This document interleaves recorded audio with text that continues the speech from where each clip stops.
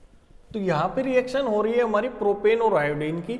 तो chain initiation step में as all of you know कि ये हमारा जो बॉन्ड होता है दो आयोडीन के बीच में, इसकी होमोलिसिस हो जाएगी और दो आयोडीन के रेडिकल हमारे पास यहाँ पे, एक इधर ये और एक इधर, ये बॉन्ड होमोलिटिकली क्लीवेज होगा और दो आयोडीन के रेडिकल बन जाएंगे।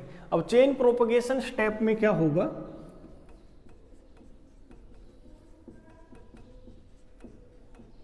ये आयोडीन का रेडिकल क्या करेगा, ये प्राइमरी हाइड्रोजन है और ये सेकेंडरी हाइड्रोजन है, ये आयोडीन का रेडिकल देखो सेकेंडरी हाइड्रोजन को भी एब्स्ट्रैक्ट कर सकता है। तो एक तो ये रेडिकल बन सकता है अगर ये सेकेंडरी हाइड्रोजन को एब्स्ट्रैक्ट करेगा। अगर ये प्राइमरी हाइड्रोजन को एब्स्ट्रैक्ट करेगा तो हमारे पास क्या रेडिकल बनेगा,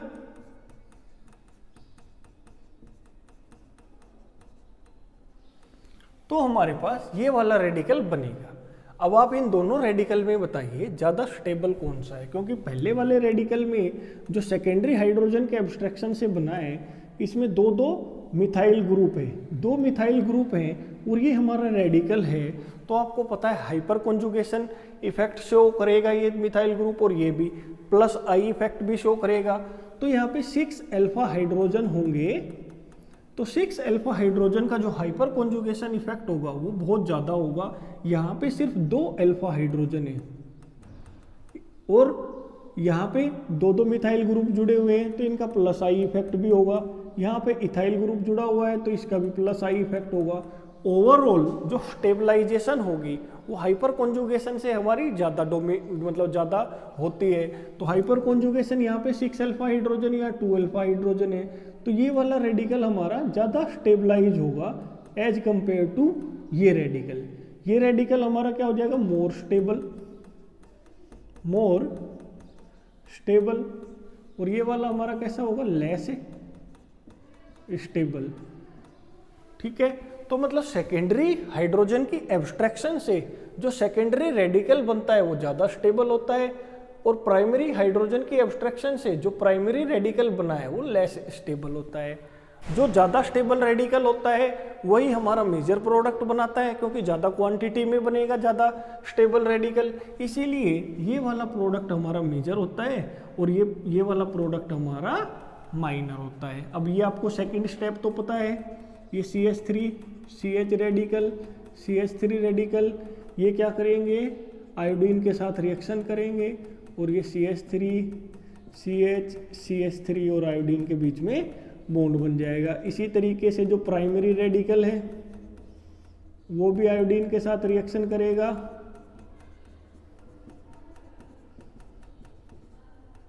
और ये आयोडीन साथ में इधर ये आयोडीन का रेडिकल प्लस में यहाँ पे भी आयोडीन रेडिकल। तो इस तरीके से हमारे प्रोडक्ट बनते हैं ड्यूरिंग आयोडीनेशन ऑफ प्रोपेन। तो ये प्रोडक्ट हमारा मेजर बनेगा, ये माइनर। आपको मैं सिर्फ समझाने के लिए यहाँ इनको परसेंटेज में मैं लिख देता हूँ अप्रोक्सीमेट।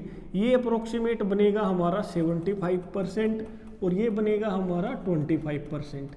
ये एग्जैक्ट अमाउंट नहीं है, ये सिर्फ समझाने के लिए है कि रिएक्शन में क्या हो रहा है। अब इस प्रोपेन की रिएक्शन जब ब्रोमीन से करवाएंगे तो आपको पता है ये वाला ही हमारा मेजर प्रोडक्ट बनेगा और ये हमारा माइनर बनेगा, क्योंकि ये सेकेंडरी रेडिकल से बनेगा और ये प्राइमरी रेडिकल से। यहाँ पे जब हम अमाउंट देखते हैं तो ये अमाउंट होगा हमारा 60% अप्रोक्सीमेटली, ये होगा हमारा 40%। ये एग्जैक्ट नहीं है, एग्जैक्ट अमाउंट कैसे कैलकुलेट करना है किसी भी हेलोजिनेशन रिएक्शन में उसको हम थोड़ी देर में देखने वाले हैं। सिर्फ समझाने के लिए मैंने लिख दिया कि ये अप्रोक्सीमेट मान लो 60% बना है, ये 40%। इसके बाद अगर इसकी हम क्लोरीनेशन रिएक्शन करवाएं तो ये वाला प्रोडक्ट हमारा मेजर होगा, क्योंकि इसके अंदर ये जो सेकेंडरी रेडिकल से बना है ये प्राइमरी रेडिकल से, लेकिन यहाँ पे ये 53% है सपोज, तो ये 47% है। तो अब फ्लोरीन के केस में जब हम फ्लोरीन की रिएक्शन करवाएंगे तो अब यहाँ पे देखना एकदम से हमारा सडन चेंज हो गया है कि जो मेजर प्रोडक्ट बना है वो प्राइमरी रेडिकल से बना है, ये मेजर प्रोडक्ट बना है, ये 80% है हमारा और ये हमारा क्या है 20%। ये क्या हुआ यहाँ पे एकदम से कि फ्लोरीन के केस में जो हमारा प्राइमरी रेडिकल से जो प्रोडक्ट बन रहा है वो ज़्यादा स्टेबल बन रहा है और सेकेंडरी से जो बन रहा है वो लेस मतलब माइनर प्रोडक्ट बन रहा है। तो ऐसा क्या हो रहा है कि जब आप आयोडीन से फ्लोरीन की तरफ आ रहे हो तो यहाँ पे जो मेजर प्रोडक्ट बन रहा है यहाँ पे सेकेंडरी रेडिकल से उसकी क्वांटिटी कम हो रही है, और फ्लोरीन के केस में तो जो मेजर प्रोडक्ट बनता है वो किससे बनता है, प्राइमरी रेडिकल से। तो ऐसा क्यों हो रहा है यहाँ पे?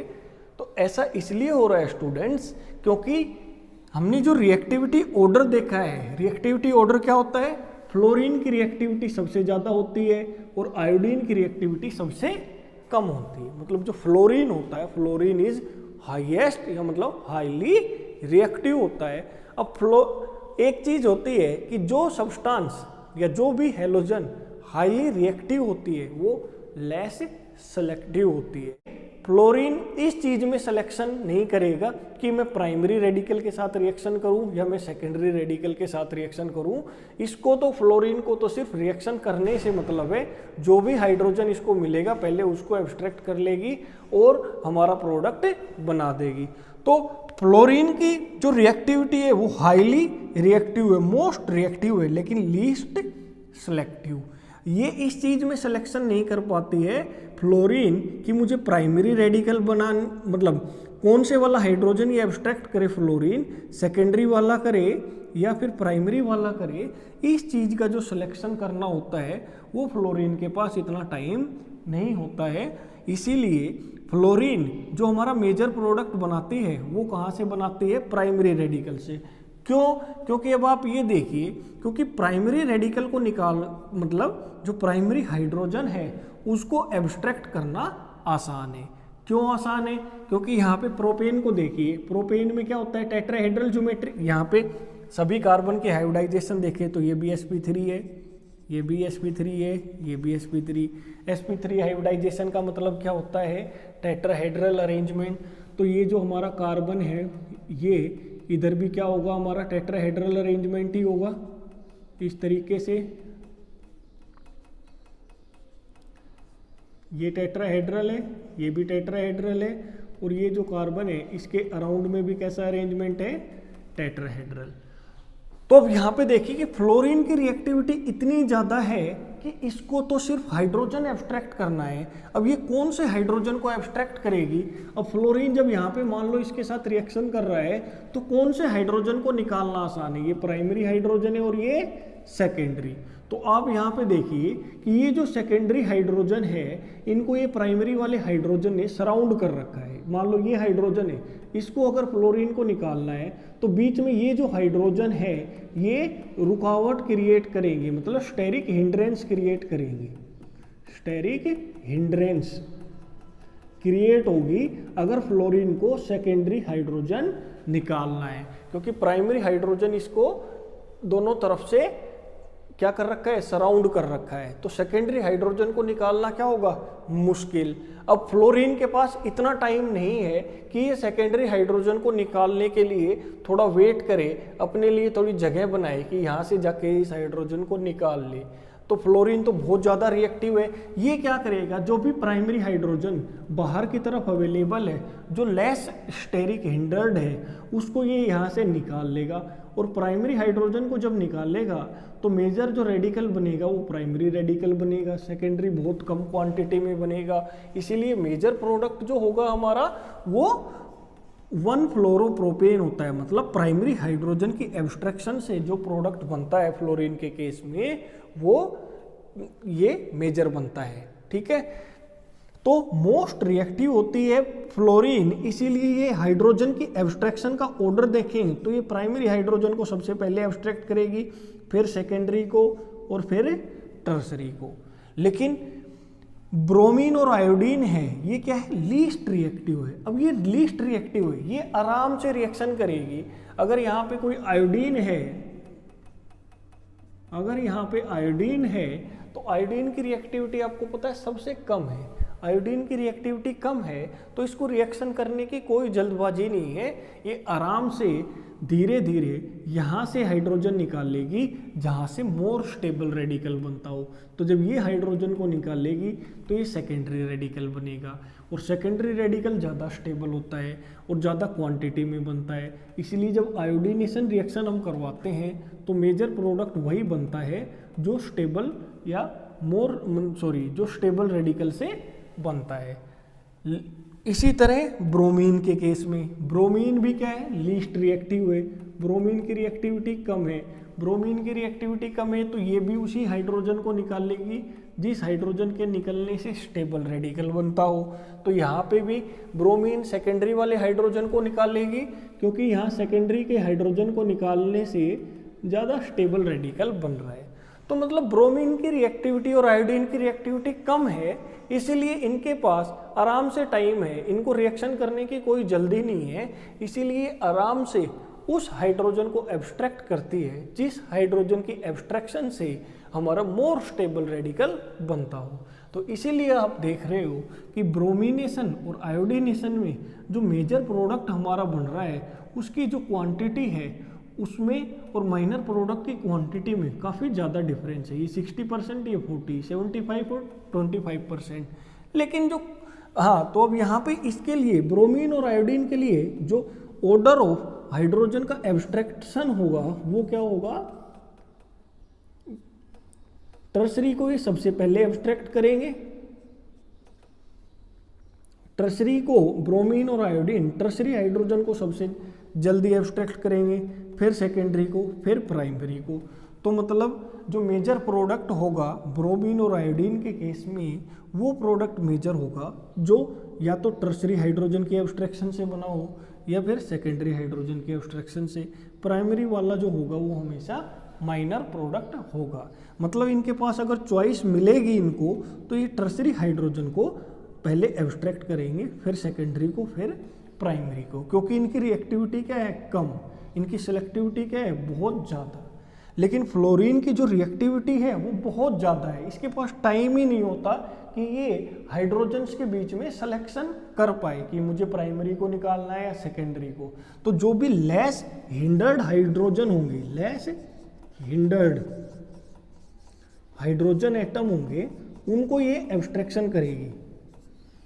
ठीक है, तो इसीलिए फ्लोरीन के केस में जो प्रोडक्ट बनता है वो प्राइमरी हाइड्रोजन के एब्स्ट्रैक्शन से ज़्यादा मेजर प्रोडक्ट बनेगा। टर्सरी वाले हाइड्रोजन के एब्स्ट्रैक्शन से जो प्रोडक्ट बनेगा वो माइनर बनेगा। ये मैंने क्या लिखा है, ऑर्डर ऑफ हाइड्रोजन एब्स्ट्रैक्शन, या फिर इसको हम लिख सकते हैं rate of hydrogen abstraction. Rate of hydrogen abstraction, ये जो लिखा है हमने क्या है, रेट ऑफ हाइड्रोजन एब्स्ट्रैक्शन। अब आई होप कि आपको ये समझ में आ गया है कि किसके केस में कौन सा मेजर प्रोडक्ट बनेगा। अब क्लोरीन की हम बात करते हैं तो क्लोरीन क्या करेगा, क्लोरीन में मोस्टली जो मेजर प्रोडक्ट बनता है वो इसके अकॉर्डिंग ही बनता है, टर्सरी, सेकेंडरी और प्राइमरी। क्योंकि क्लोरीन की जो रिएक्टिविटी है वो ये बहुत ज़्यादा हाईली रिएक्टिव भी नहीं है और बहुत ज़्यादा कम रिएक्टिव भी नहीं है। तो मतलब इसकी रिएक्टिविटी और सेलेक्टिविटी इन दोनों के, फ्लोरीन और इनके बीच की होती है। तो इसमें जो मेजर प्रोडक्ट बनता है मोस्टली ये टर्सरी, सेकेंडरी और मतलब ऑर्डर ऑफ जो हाइड्रोजन एब्स्ट्रैक्शन होगा वो मोस्टली यही होता है। लेकिन फिर भी अगर हमसे ऐसे पूछा जाता है तो मैथमेटिकली कैलकुलेट करना सीखेंगे कि कैसे हमें मेजर प्रोडक्ट हम बता सकते हैं किसी भी हेलोजिनेशन रिएक्शन का। तो मैथमेटिकली उसको हम देखने वाले हैं। लेकिन क्लोरीन भी मोस्टली ब्रोमीन और आयोडीन की तरह ही बिहेव करती है, लेकिन जो क्वांटिटी, जो डिफरेंस होता है मेजर और माइनर प्रोडक्ट के बीच में क्वांटिटी का, वो काफ़ी कम होता है क्लोरीन के केस में। इसके बाद अभी हम देखते हैं कि अगर हमें कोई क्वेश्चन दिया हुआ है और उसमें ये पूछा जाए स्पेसिफिकली कि कौन सा प्रोडक्ट हमारा कितने परसेंटेज अमाउंट में बनेगा, तो वो भी हम वहाँ पे कैलकुलेट कर सकते हैं। तो क्लोरीन और ब्रोमीन के केस में मतलब जब किसी भी एल्केन की क्लोरीनेशन या ब्रोमिनेशन हम करवाते हैं तो वहाँ पे तो हम जो भी हमारा मेजर प्रोडक्ट बनेगा या जो माइनर प्रोडक्ट बनेगा उसको डिसाइड करने के लिए हम परसेंटेज अमाउंट भी कैलकुलेट कर सकते हैं। तो वो कैसे कर सकते हैं, उसके लिए हमें रेट ऑफ हाइड्रोजन एब्स्ट्रैक्शन पता होना चाहिए कि जब किसी भी एल्केन की अगर हम ब्रोमिनेशन रिएक्शन करवाते हैं तो वहाँ पे ब्रोमिनेशन रिएक्शन के लिए जो टर्शरी हाइड्रोजन को एब्स्ट्रैक्ट करने का जो रेट होगा वो 1600 टाइम्स होगा as compare to primary hydrogen, और सेकेंडरी हाइड्रोजन को एब्स्ट्रैक्ट करने का जो रेट होगा वो 82 टाइम्स होगा as compare to primary hydrogen. तो कहने का मतलब किसी भी एल्केन की जब ब्रोमिनेशन करवाते हैं तो टर्शरी हाइड्रोजन के एब्स्ट्रैक्ट होने का जो रेट है वो 1600 टाइम्स है as compare to primary hydrogen, और सेकेंडरी हाइड्रोजन के एब्स्ट्रैक्ट होने का जो रेट होगा वो 82 टाइम्स होगा as compare to primary hydrogen. तो जो टर्शरी हाइड्रोजन के एब्स्ट्रैक्ट होने की जो प्रोबेबिलिटी है ब्रोमिनेशन में वो सबसे ज़्यादा होगी, इसीलिए जो हमारा मेजर प्रोडक्ट बनता है वो मोर स्टेबल टर्शरी रेडिकल से बनेगा जब हम टर्शरी हाइड्रोजन को एब्स्ट्रैक्ट करेंगे। इसी तरीके से क्लोरीन के केस में जो टर्शरी हाइड्रोजन को एब्स्ट्रैक्ट करने का जो रेट होगा वो 5 टाइम्स होगा as compare to primary hydrogen. Secondary hydrogen के एब्स्ट्रैक्ट होने का रेट 3.8 टाइम्स होगा as compare to primary hydrogen के एब्स्ट्रैक्ट होने का रेट। तो आप यहाँ से भी क्लियरली देख सकते हो कि ब्रोमीन कितनी ज़्यादा सिलेक्टिव है प्राइमरी, सेकेंडरी और टर्शरी हाइड्रोजन के एब्स्ट्रैक्शन में, लेकिन क्लोरीन की जो सिलेक्टिविटी हम देखें वो बहुत कम है। 3.8 और 5 इनके बीच में डिफरेंस देखें तो बहुत कम है, लेकिन यहाँ पे हम डिफरेंस देख रहे हैं 182 1600 1 3.55 सॉरी 3.85। तो मतलब क्लियरली हम यहाँ पे ये देख सकते हैं कि जो रेट ऑफ एब्स्ट्रैक्शन है या जो सेलेक्टिविटी है वो ब्रोमीन की कितनी ज़्यादा है एज कंपेयर टू क्लोरीन। अब अगर एग्जाम में हमसे ऐसे पूछा जाता है कि calculate the percentage of formation of n butyl chloride and secondary butyl chloride in the chlorination of butane, exam में आपसे ये पूछा जाए कि ब्यूटेन की क्लोरीनेशन रिएक्शन करवाई है हमने तो क्या क्या प्रोडक्ट बन सकता है। ये प्राइमरी हाइड्रोजन है और ये सेकेंडरी, ये भी सेकेंडरी है और ये प्राइमरी। तो जो प्रोडक्ट बनेंगे उसमें एक बार तो ये हमारा सेकेंडरी हाइड्रोजन के एब्स्ट्रैक्शन से ये सेकेंडरी ब्यूटाइल क्लोराइड बन जाएगा, और एक बार प्राइमरी हाइड्रोजन के एब्स्ट्रैक्शन से एन ब्यूटाइल क्लोराइड बन जाएगा। ये एन ब्यूटाइल क्लोराइड है और ये हमारा सेकेंडरी ब्यूटाइल क्लोराइड या सेक ब्यूटाइल क्लोराइड है। तो आपको परसेंटेज अमाउंट में बताना है कि ये कितने परसेंट बनेगा और ये कितने परसेंट बनेगा। अब इसको हम कैसे कैलकुलेट कर सकते हैं, हमें ये पता है कि जो ब्यूटेन है ये हमारा क्या है ब्यूटेन। ब्यूटेन के अंदर कितने टाइप के हाइड्रोजन है, प्राइमरी है और सेकेंडरी। प्राइमरी हाइड्रोजन हमारे टोटल कितने हैं 3 और 3 6 है, और सेकेंडरी हाइड्रोजन हमारे कितने हैं 4 है। तो क्लोरीनेशन रिएक्शन का हम देखते हैं यहाँ पर, ये क्लोरीनेशन रिएक्शन है तो सेकेंडरी हाइड्रोजन के एब्स्ट्रैक्ट होने की का जो रेट है वो 3.8 टाइम्स है as compare to primary hydrogen का रेट ऑफ एब्स्ट्रैक्शन। तो proportion of secondary hydrogen abstraction कि मतलब कितने ज़्यादा हमारे मतलब कितना हमारा सेकेंडरी हाइड्रोजन की एब्स्ट्रैक्शन होगी उसको हम कैलकुलेट कैसे करेंगे।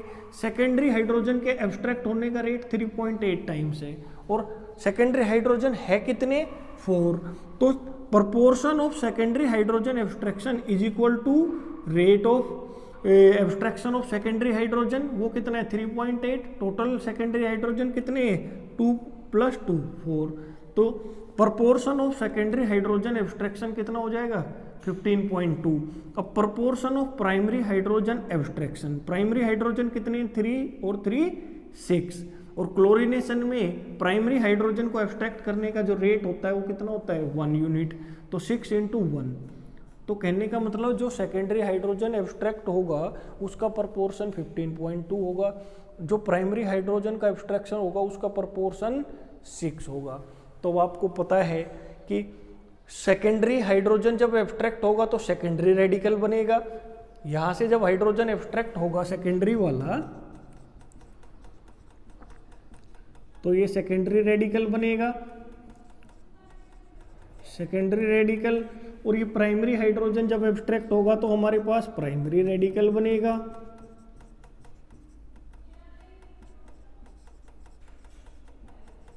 तो अब आप ये बताइए percentage of formation of secondary radical कितना होगा।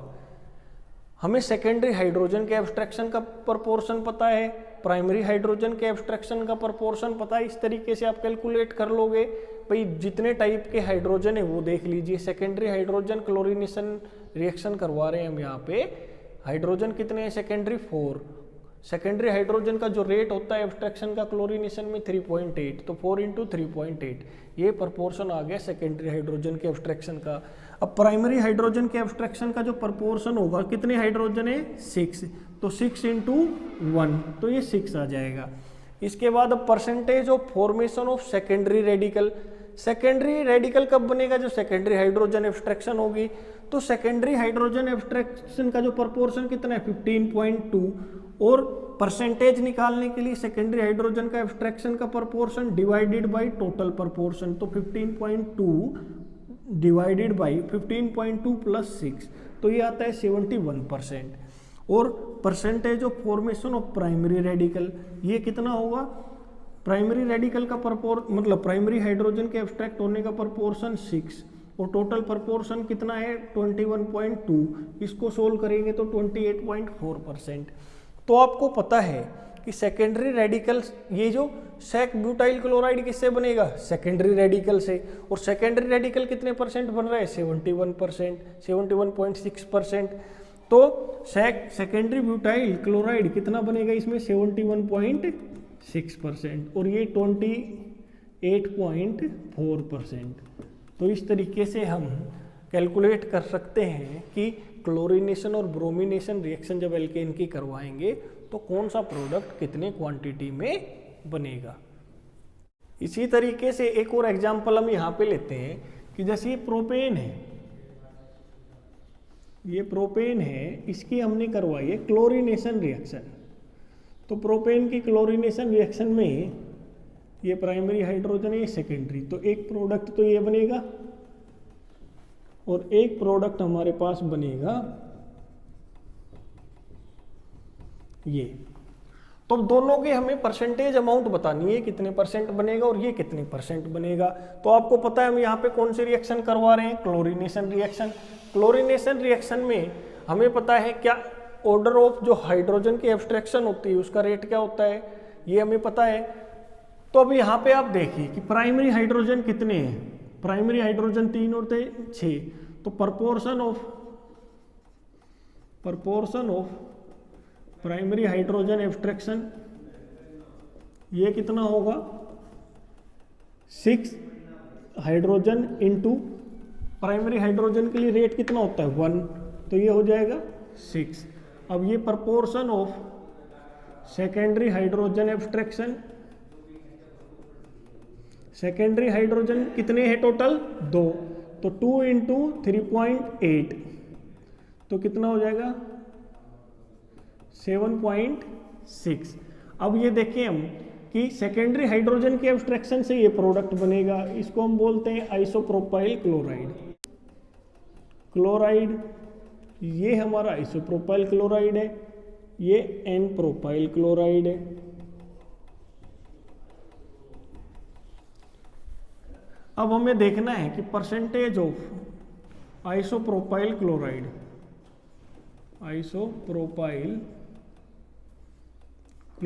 कितना बनेगा, आइसोप्रोपाइल क्लोराइड कितना बनेगा। तो आइसोप्रोपाइल क्लोराइड कब बनेगा, जब सेकेंडरी हाइड्रोजन की एब्स्ट्रैक्शन होगी यहाँ पे, और सेकेंडरी हाइड्रोजन का प्रपोर्शन कितना है 7.6, तो सेकेंडरी हाइड्रोजन का proportion divided by total proportion of primary and secondary hydrogen, मतलब 7.6 + 6, तो इसको हम कैलकुलेट कर लेंगे।